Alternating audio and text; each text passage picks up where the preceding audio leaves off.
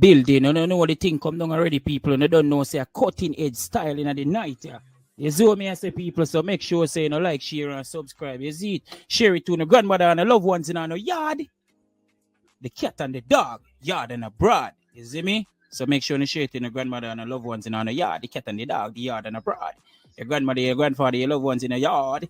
Yeah, man, big up on yourself and you know the badness come down already. Yeah. What they are, we are going to put in the work. You see me I say? And a chicken with your jerk. Yeah, man. Up to the time. Big up IRFM, big up everybody. I'm Martin. And big up for all of the new subscribers. We love how you subscribe. You see me I say, make we get to 7,000 subscribers quick and fast. So share the video and put on the all button. You don't know the thing go. We're there with you, warm and cool at the same time. 2 months. That we are celebrating. It is Dennis Brown, Bob Marley. This week we are going to some historical references. Yes, still there at the Black History Month. Long time, but we are getting the short version of them. Yeah, because we know the span, listening span staying at them time. Yeah. You know, first time we used to play all 1.5 hour with a one thing. Now we can't do that again. You me. So I sing about Haile Selassie. Yes. And you know, say, we come here with Haile Selassie. And we're going to leave with Haile Selassie. All we are going, them could have chat little more. So as we are say, Black History Month, we hope say you grab a book already and start read something or go up online and do what you call make the book speak for you. You can get audio books online, on YouTube. Yeah, man, just put Black History and so much things come up. You're surprised.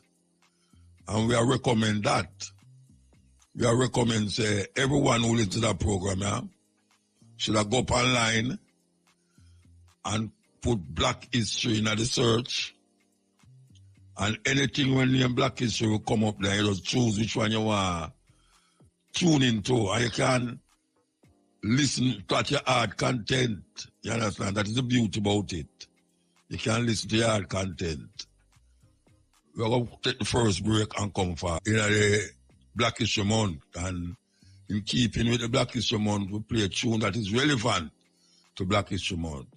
This is a version of mine from South Africa. Mzwaki. Long time we play them, man. A long time we don't play them. Long time. Mzwaki. Angel Spain. This is the stepping razor. Sorry. This is the cutting edge. And so far we got one. This is the cutting edge. We're going to take a break and come forward. The scripture by Ben Buchanan, he talk about the virgin. So I want you to take a stock, listen. As we said, this is Black History Month, and that's how we do it. For years now. Religion is the son of the sun. The sun in the morning number one radio station in the whole wide world. Them poetry there. Yes, as we said, this is Black History Month, and the theme is Black History. And when I started from no slavery, yeah, because a whole lot of people, anytime they talk about Black History Month, they start talking about slavery. I mean, nothing wrong with saying it, but there's more to Africa than slavery. As a matter of fact, slavery catch for 500 years now. Africa exists thousands of years before Europeans even did exist on the planet.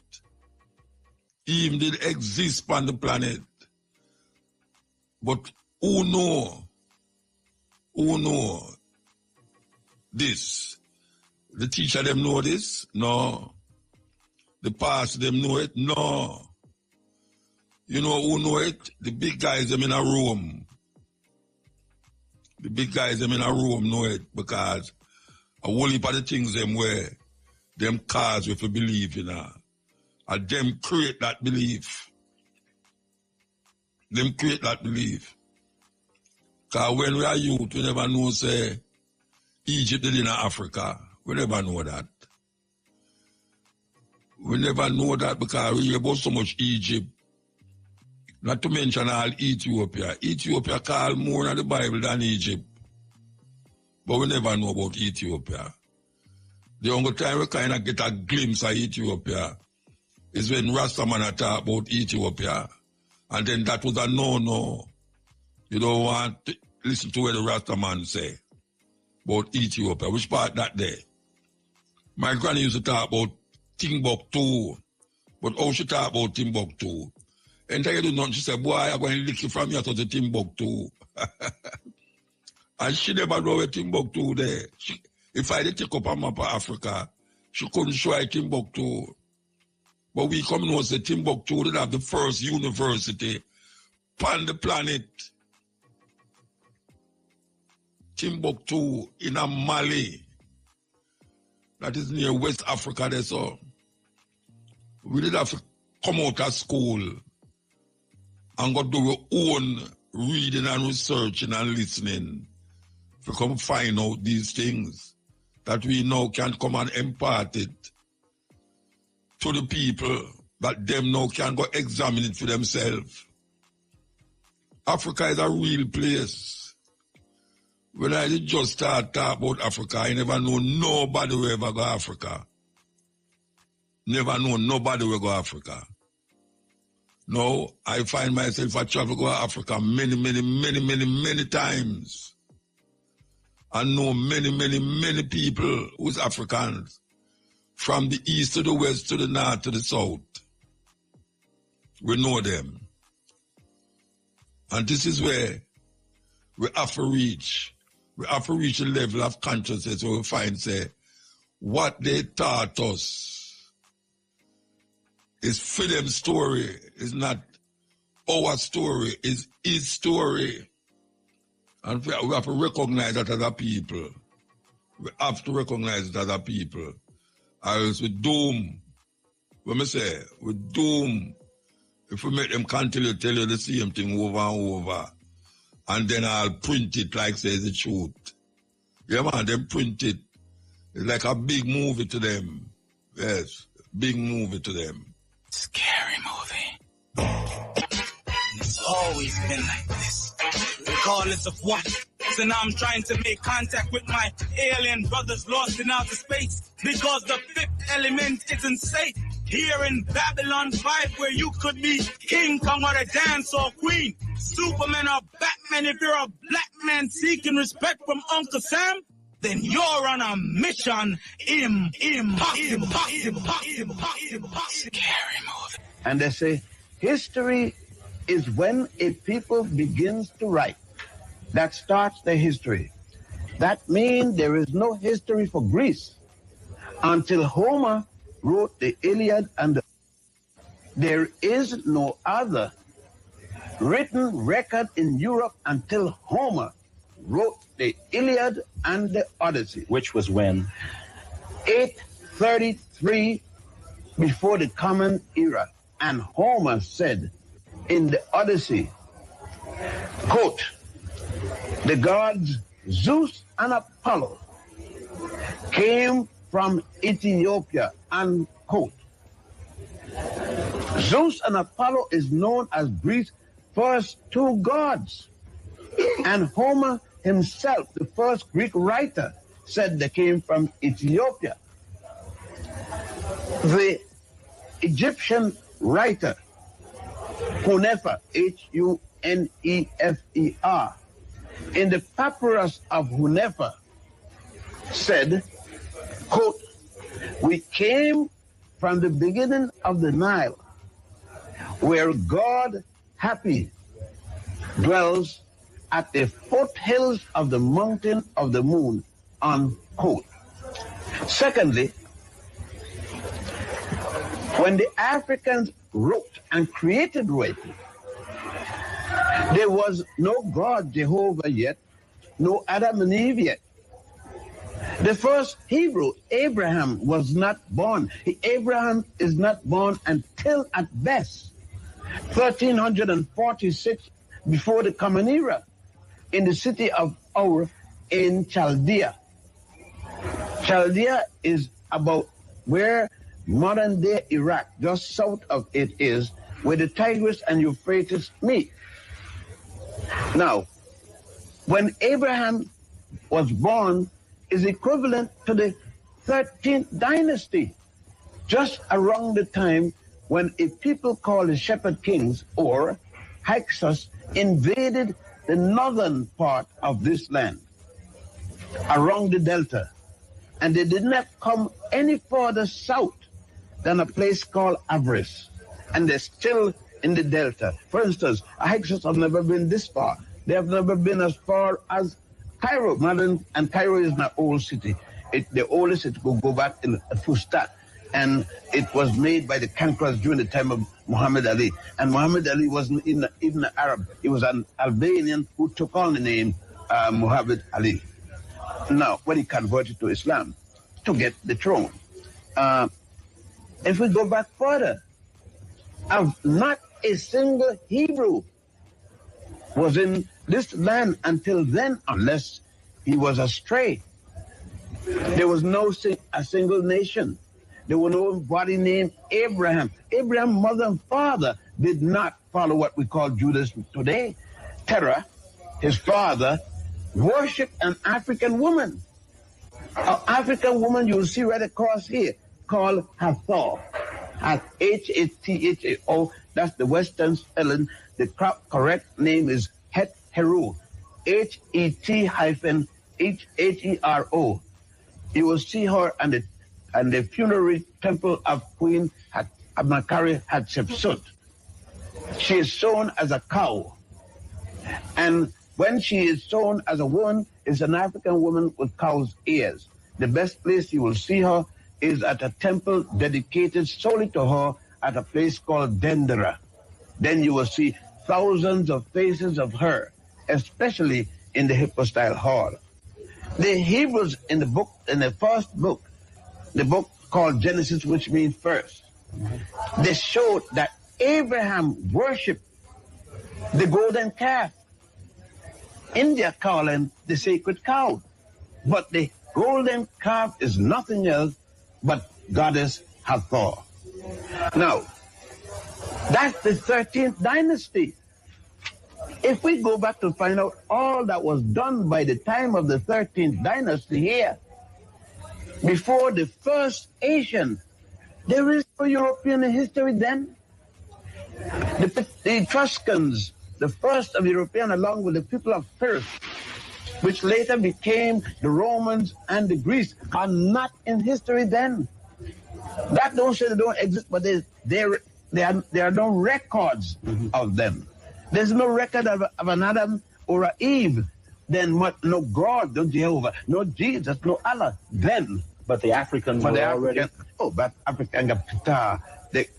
I'm going at random. I could knock them up. Let me go. Since African God had goddesses, I mean, they weren't eunuchs or anything like that. So the Africans had Ptah, right? They had Nut. They had Osiris. They had Isis. And by the way, I could use the proper name. When I say Osiris, they had Asaru. When I say Isis, they had Aset. They had his son, the Trinity. They had Asaru's son, Heru or Horus, born of an immaculate concepted mother. He himself born of a virgin birth, which you can see the story at the temple of Seti I at a place called Abydos. And Seti I was a king, 19th dynasty king. The Africans equally had numerous other goddesses and gods. We'll come back. The people ever say, excitement for the radio, Black History Month. All right, we'll take a break. Yeah, man, big poet. Dub poet, big poet. Here we go. Thousands of years before Adam and Eve. And we know that Adam and Eve is the allegorical characters in the Hebrew book, a book called Genesis. And in order to speak about Adam and Eve, we must then give Adam and Eve a date if we are to say that there were no people before or all people came subsequently. Then we must establish a day for Adam and Eve. It is commonly stated in Western circles, particularly in Judaism, Christianity, and Islam, that approximately 6,000 years ago, a god, the Jewish god Jehovah, and if you're Christian, then of course the Christian God Jesus the Christ, and obviously if you're Muslim, then it is the Muslim God Allah, created this world. Now, that is difficult for me to understand when you consider that 6,000 years ago, my people along the Nile were doing engineering, science, law, medicine, and a host of other disciplines. Yet the world wasn't here yet. Now, I do not know which world they were operating under. But then let us explore who could have possibly brought about the concept of an Adam and Eve, since it is that it is only in Judaism, Christianity, and Islam you find these two allegorical characters. Since it is that we find it for the first time in the Hebrew Bible, or Jewish Bible, a Bible called the Chumash, or the Pentateuch, and such other name, as well as the Torah, otherwise called the 5 books of Moses, we would find that the Jews presented this for the first time to the world. We must then find who are the Jews that presented it, since all the Jews did not write it. The first time we have to have the Adam and Eve concept comes out of the Jewish intellectual circle, a system called the Sanhedrin, Sanhedrin.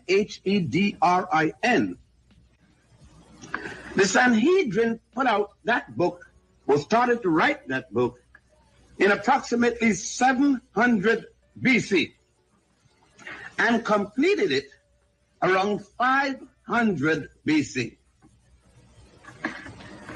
The person to whom they gave credit for the story of bringing into the world the concept of Jehovah, the Jewish God, Yahweh, was a man called Avram, A-V-R-M, who changed his name to Abraham, assuming, we must assume, as he stated, that an angel of this God came to him while at state in a dream.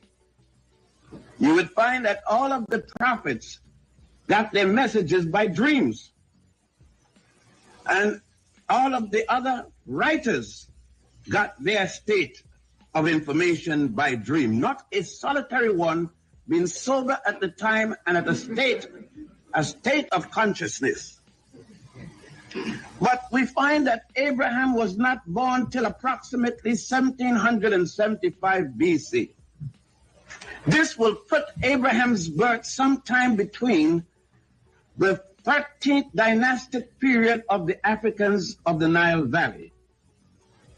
Meaning then, if we are to use the chronological data of most Western European writers, who gave the first dynastic period of Egypt anywhere from about 5000 BC to about 3100 BC, we will find then that at least the first dynasty of the Africans was at minimum more than 1500 years before the birth of the first Jew, Abraham.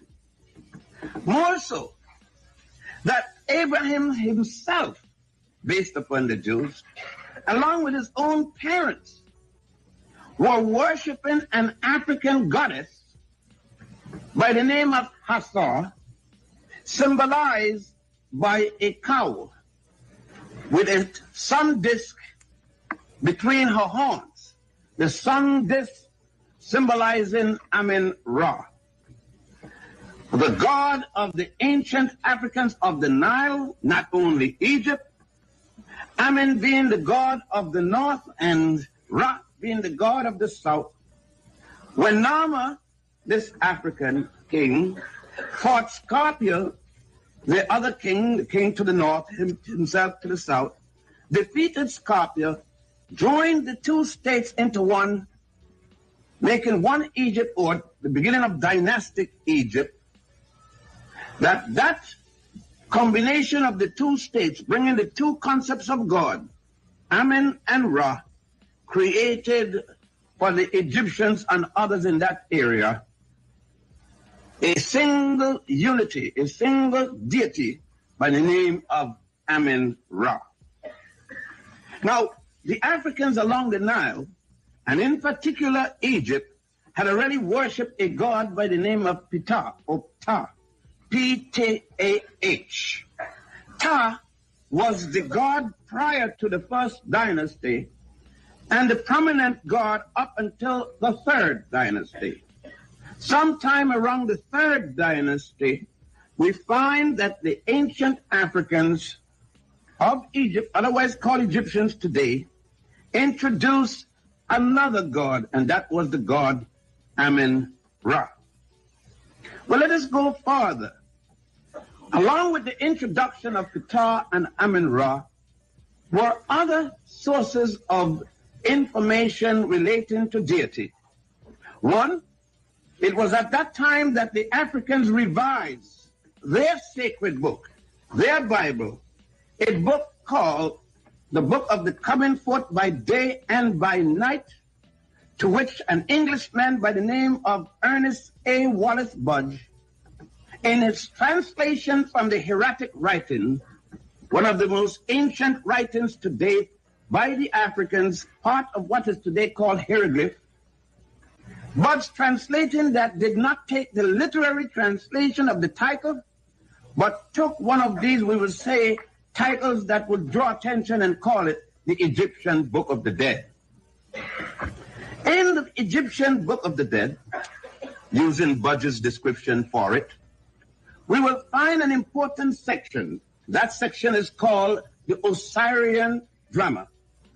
Osiris was in the extology of the ancient Africans of the Nile, the god who was the direct son. This one should bring a lot of attention to most of you. The direct son of the god Amen Ra, or Ptah, depending on what period of time you're speaking about. Osiris was the god whose mother had him by a virgin birth, whose mother conceived him by an immaculate conception. I am speaking about 4,100 years before Jesus the Christ. May I repeat that because it may be difficult for many of you. I said that Osiris, the god I'm speaking about, who is sometimes said to be simultaneously Horus, and at other times the father of Horus. Irrespective, let us replace him with Horus.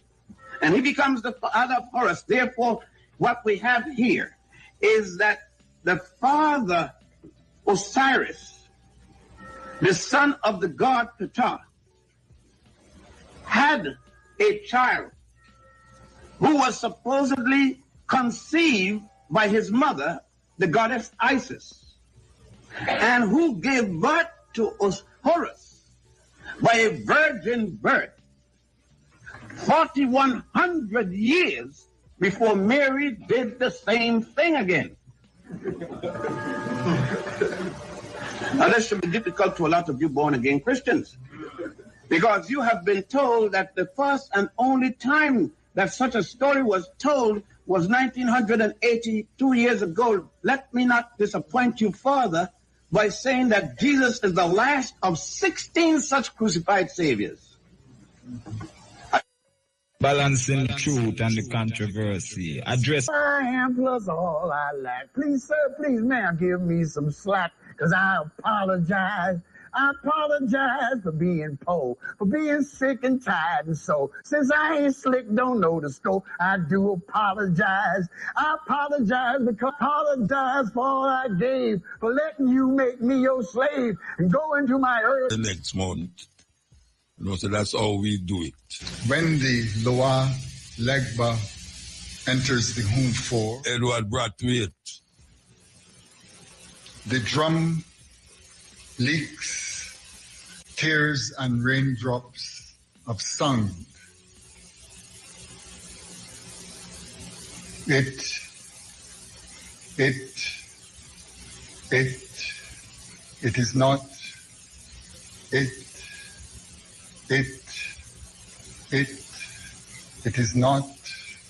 is not, it is not enough.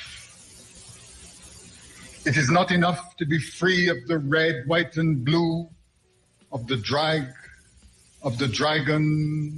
It is not. It is not. It is not. It is not. It is not enough. It is not enough to be free of malarial fevers, fear of the hurricane, fear of invasions, crops, drought, fires, blisters upon the cane. It is not enough. It is not enough to tinkle to work on a bicycle bell when hell crackles and burns in the 14-inch screen of the Japanese constructed Unite Fruit Company imported hard cell telltale television set, rhinocerously knobbed, cancerously chewed. It is not enough. It is not enough to be able to fly to Miami, structure skyscrapers, excavate the moonscape seashore sands to build hotels, casinos, sepulchres. It is not enough. It is not enough to be free to bulldoze God's squatters from their tunes, from their relics, from their tombs of drums. It is not enough to pray to Barclays bankers on the telephone, to Jesus Christ by shortwave radio, to the United States Marines by rattling your hip bones. It is not enough. It is not enough. I must be given words to shape my name to the syllables of trees. I must be given words to refashion futures like a healer's hand. I must be given words so that the bees in my blood's buzzing brain of memory will make flowers, will make flocks of birds, will make sky, will make heaven, the heaven open to the thunderstone and the volcano and the unfolding land. It is not. It is not. It is not. It is not. It is not enough. It is not enough to be paused, to be whole, to be void, to be silent, to be semicolon, to be semi-colony. Fling me the stone that will confound the void. Find me the rage, and I will raise the colony. Fill me with words. It is not, and I will blind your God. Atibon Legba, ouvrez bail pour moi, ouvrez bail pour moi.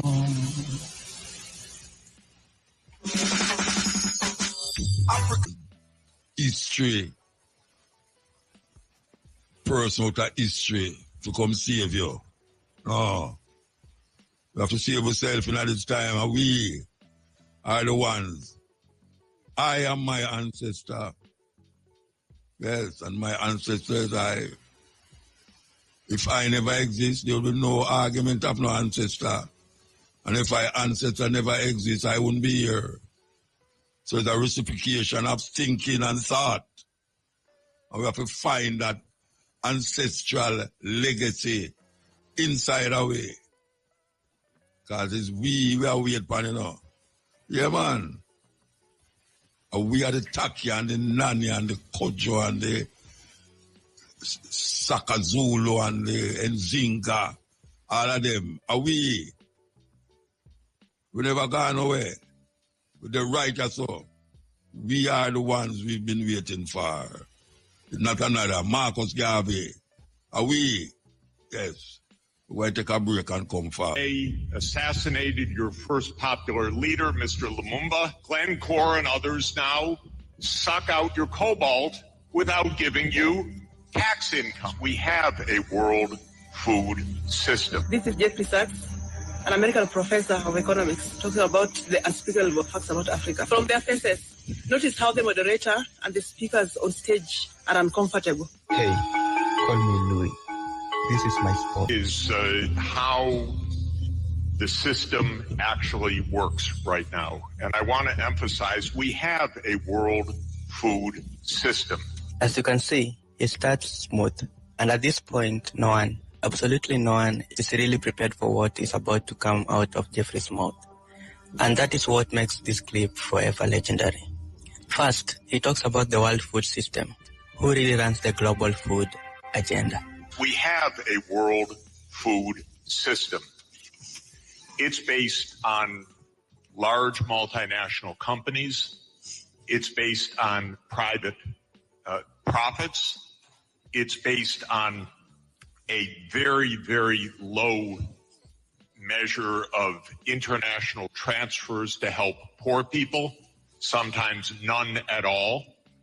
It's based on extreme irresponsibility of powerful countries with regard to the environment. And it's based on a radical denial of rights of poor people, as we just heard. It's interesting, we heard from the minister of DRC, what's wrong with your country? Remember when I told you earlier to check their reactions? Well, she's the one that asked the minister earlier what was wrong with Congo. Jeffrey Sachs had to remind her. What's wrong with your country? Well, we don't even start by saying the King of Belgium created a slave colony for 30 years. The government of Belgium ran the slave colony for another 40 years. The CIA assassinated your first popular leader, Mr. Lumumba, and then installed another dictatorship for the next 30 years. And then Glencore and others now suck out your cobalt without giving you tax income. We don't reflect on that. We say, what's wrong with you? Why don't you govern properly? And so we have a system, but we need a different system. We cannot turn this over to the private sector. We already did about 100 years ago. Not only to the private sector with the U.S. military behind it, with the defense of these property rights in the minister of Honduras's country, where United Fruit ran the country for a long time. And their attorney was the foreign minister of the United States, Secretary Dulles, and his brother was the head of the CIA and overthrew the next door neighbor, Mr. Arbenz, to make sure that United Fruit could have its property. So we have a system, but we need a different system. And the different system has to be based on principles of human dignity in the Universal Declaration, principles of sovereignty, principles of economic rights, because these are not nice things to do In 1948, all the government said that food is a right, social protection is a right, not a nice thing, not a pleasant thing, a right. That was 73 years ago. The SDGs are nothing more than our generation's attempt to honor the Universal Declaration of Human Rights. So we're in a world that's really tough. The private sector is not going to solve this problem. I'm sorry to say to all of the private sector leaders, behave, pay your taxes, follow the rules. That's what you should do. Jeffrey goes on to prove that he's a better economist by not only criticizing, but also giving 3 solutions to the problem. First, he talks about representation of Africans. And what the governments should do is the following. They won't, but they should. First, the G20 should become the G21 by inviting systemically the chairperson of the African Union and the African Union to be the 21st country. The European Union is a member of the G20 as the EU. If you add the AU as the 21st for the G21, you add 1.4 billion people to representation at that crucial event. That will change decisively the discussion because 1.4 billion people are not at the table for finance right now, and they need to be. So my first recommendation is the G21. I love the G20. Add 1 seat, 1.4 billion people with the AU represented. Jeffrey then wants the lending capacity of poor countries to be increased at near zero interest.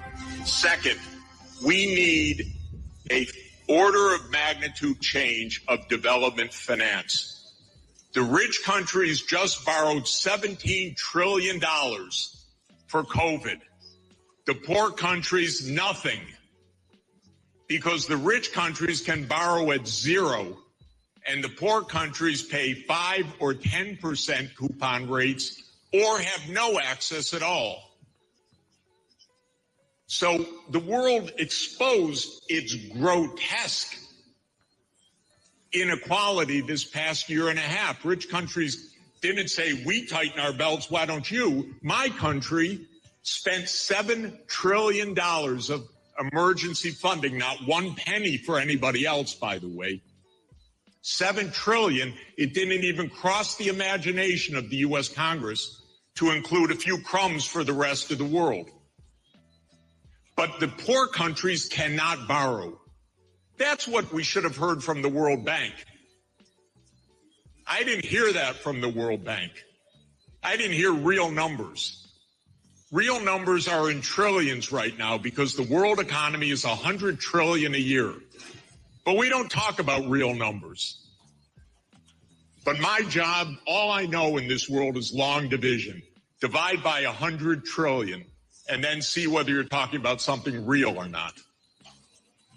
So that's the second thing. We need massively to increase the lending and borrowing capacity of poor countries at near zero interest rates like the rich countries have. Then they could get something done. Finally, he talks about the United Nations at the core of the food system and not any other superpower country that runs things as they so please.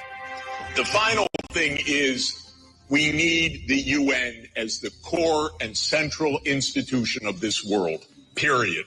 Because this is the only way we're going to have a civilized world is a strong UN.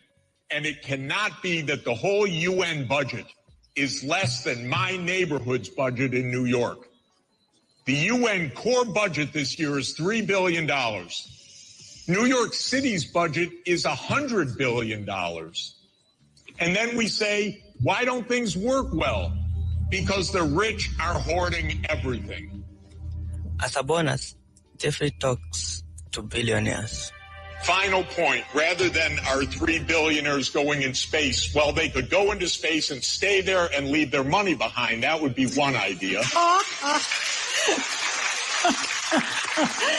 But another idea is we have 2,775 billionaires on the current list. Their combined net worth, 2,700, is $13.1 trillion. Now, I have it on good authority. You don't need more than $1 billion to be comfortable. But they have an excess of $11 trillion over just the $1 billion. So we should be taxing that and having a civilized world. RFM, #1 radio station in the whole wide world. $152 million a year on perfume. We spend $700 million a year. This is just black people. $700 million a year on liquid soap. We are clean while living dirty.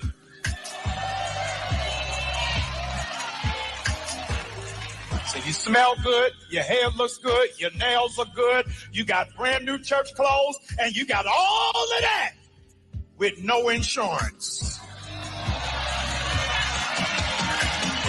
You got all of that with no stocks. You got all of that with no investment portfolio, but you smell good. We just keep buying a bunch of crap. Yes, take a break and come forward. Civilized white coast. But the Greeks got their civilization from the Egyptians. And the Egyptians were black people. And the Greeks passed their civilization on to the Romans. They couldn't retain it. They lost it. They had a dark age in Europe for 500 years. And then another bunch of Africans, the Moors, from North Africa, moved into Spain and started civilization all over again. So instead of Europe civilizing Africa, Africa has civilized Europe 2 times.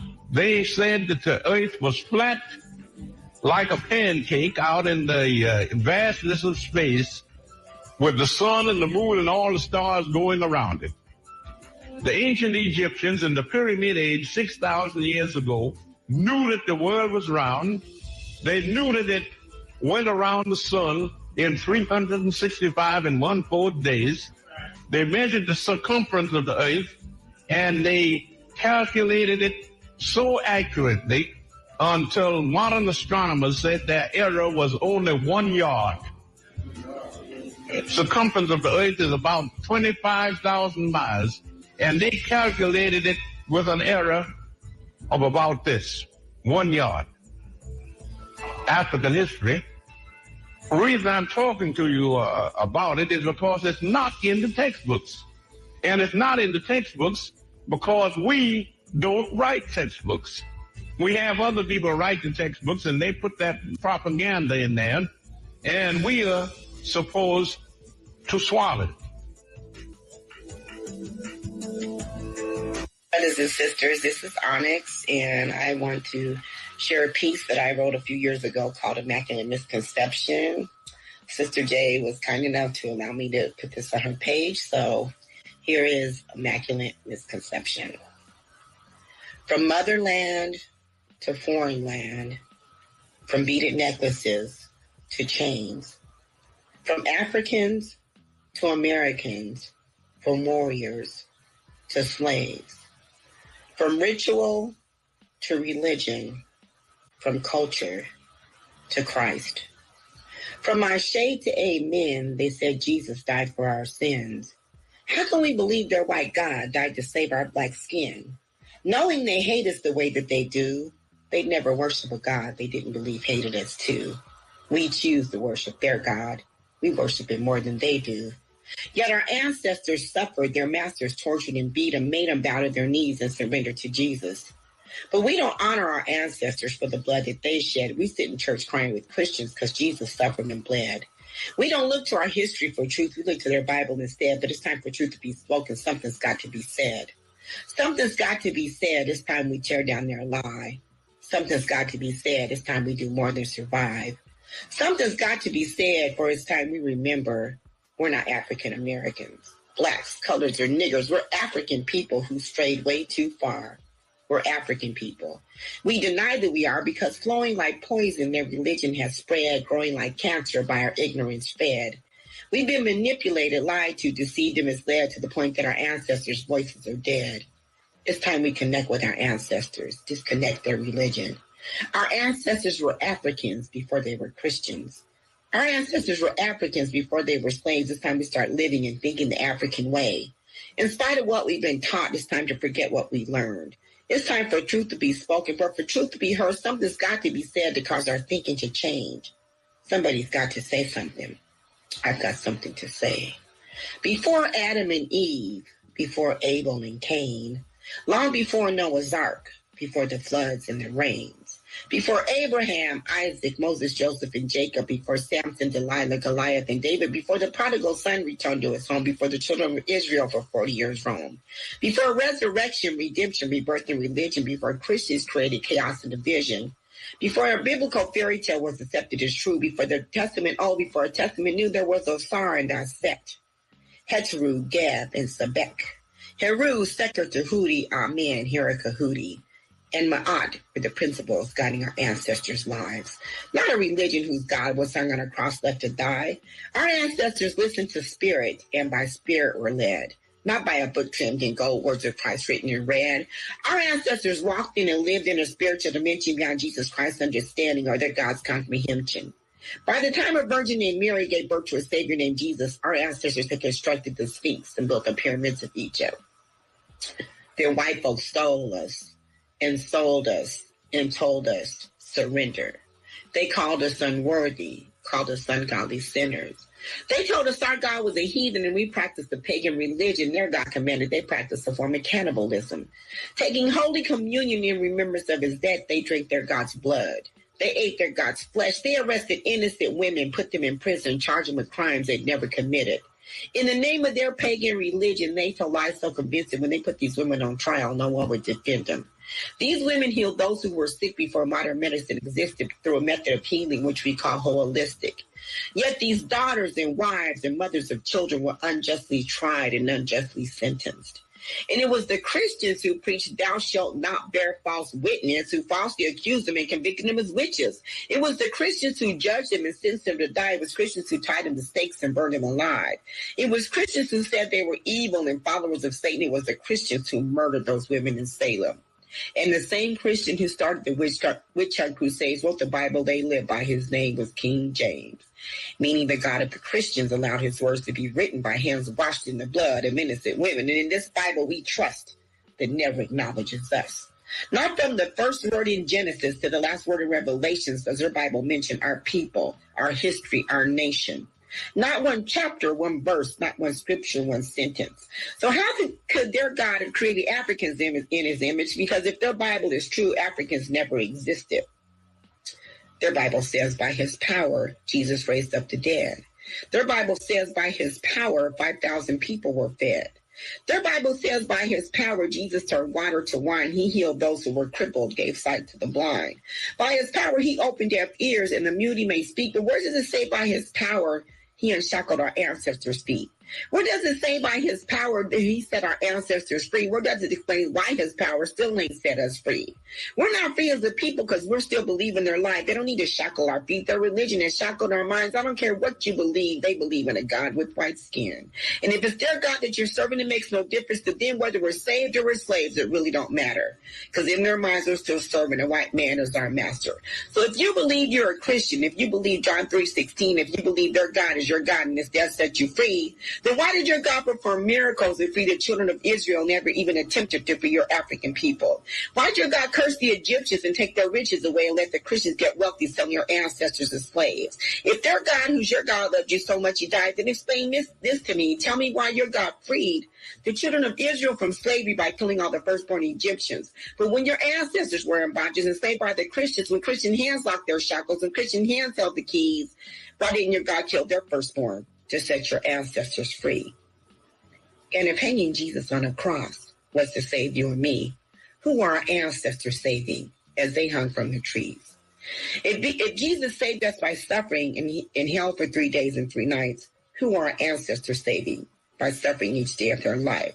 If beating Jesus with a whip was to save us from sin, who are our ancestors saving as whips to open their skin? Who are our great-grandmothers saving as they were raped and violated? Who are our great-grandfathers saving as they were stripped and castrated? Why were our ancestors tortured? Why were our ancestors slaves? They suffered far more than Jesus, but not even themselves could they save. So how can we as their descendants spit in our ancestors' face by serving a God who ignored them as they screamed for his mercy and grace? How can we as their descendants call Christians our sisters and brothers when they snatch our African babies out of the arms of our African mothers? How can we as their descendants bow down and give praise to the God of a people who stole our language, our name, stole our culture, our heritage, our spirit, our will, then in our face shoved their Bible and told us, thou shalt not steal? How can we as their descendants, the God of our ancestors, reject? They give our glory and honor and praise and respect to a cross they burned as they slip ropes around our ancestors' necks? How can we as their descendants believe Christianity could save us when the Christians who preached it were the ones who enslaved us? Balancing truth and the... No. They already celebrate Black History Month. What do you mean? Nobody else now do it. We are going to do it. We have a duty to do it. You put yourself in the position for that. You find yourself. Because remember, after going through slavery, you come back and sing about it. The white man sell it and make the money off it. Marking, you're singing more you own oppression. We input you through deep. And we really have to keep ramming it and ramming it. Can't afford to just fall upon weed up land. It have to deal with cultivating it. We have to cultivate it, man. That's why we do it this way. Because we say if we don't do it this way, we don't know we're going to do it. Yeah, man. We can't ease up. We can't ease up at all. This is not the time to ease up. This is the time to push evil harder now. Faster. Yes. Because you don't see what them doing. You don't see what them doing. You must be blind.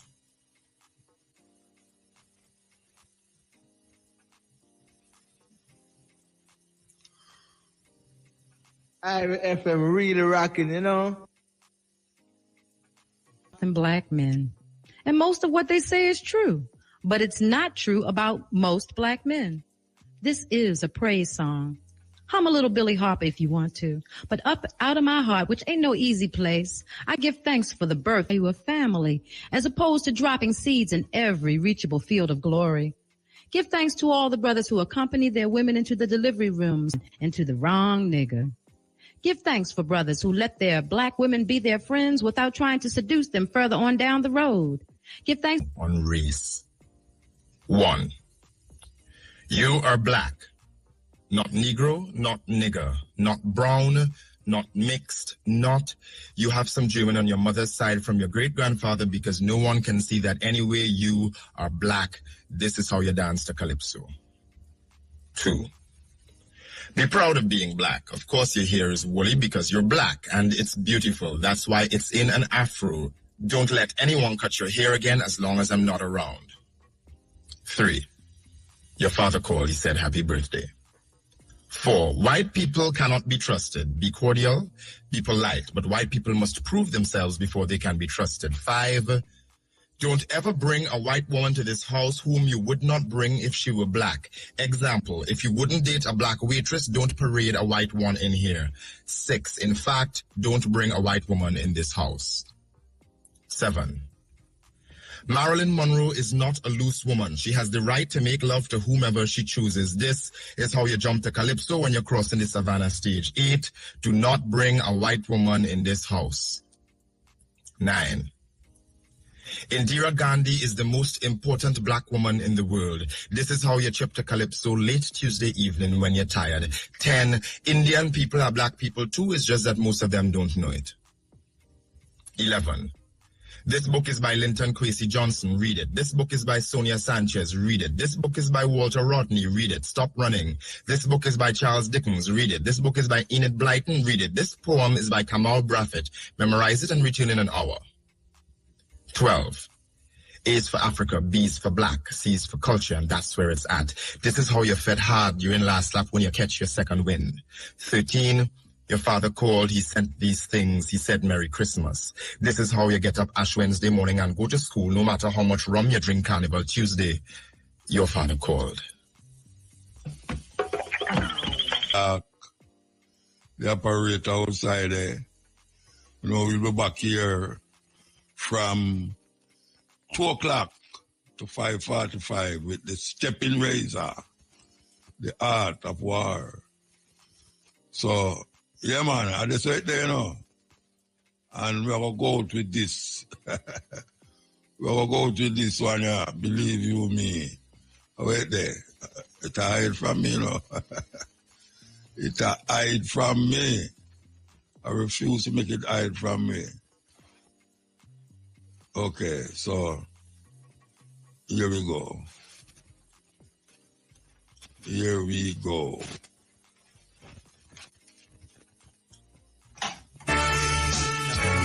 Yes, my people. You don't know. There you have it. You understand? Cutting edge. So make sure you just like, share, and subscribe. Share it to your grandmother, your grandfather, your loved ones in the yard. The cat and the dog. Yard and abroad. You understand? How are they under my nose? I'm out.